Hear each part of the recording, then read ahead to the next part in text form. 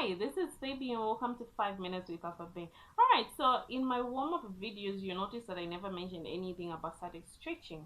So static stretching actually leads to a considerable loss in muscle strength, and we do not want that. And this can easily cause injury, and this is because the muscle isn't warmed up enough or it's not lengthened enough for you to stretch it out. This is why we only do stretching or static stretching right after a workout when the body is warm enough. All right, so then why should we do static stretching after? Why should we even do cool down right after doing a workout? Why is it important? Why can't we just go and shower, or why can't we just stand still or sit down?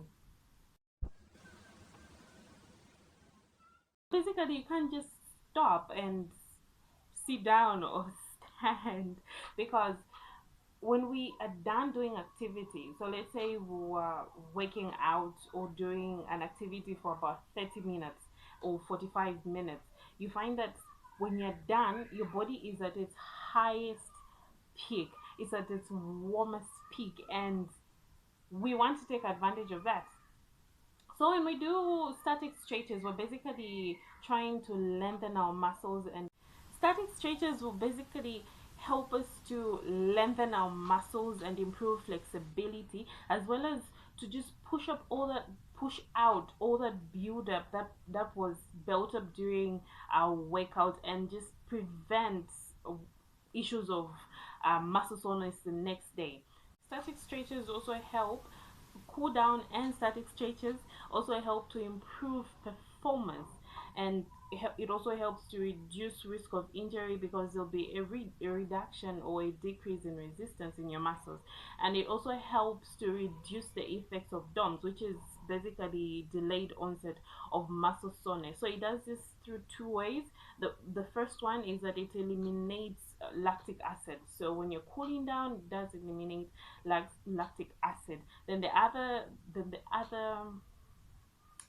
way it does this is during your cool down and your warm up, you're basically reducing or normalizing your heart rate and your body temperature, so that way blood flows smoothly to your muscles, and when it does that, it brings all that goodness, all that nourishment, it brings all the nutrients and all the oxygen to your muscles, and it just helps your muscles to just, and it helps to prevent lightheadedness. Of course, a lot of us have experienced this.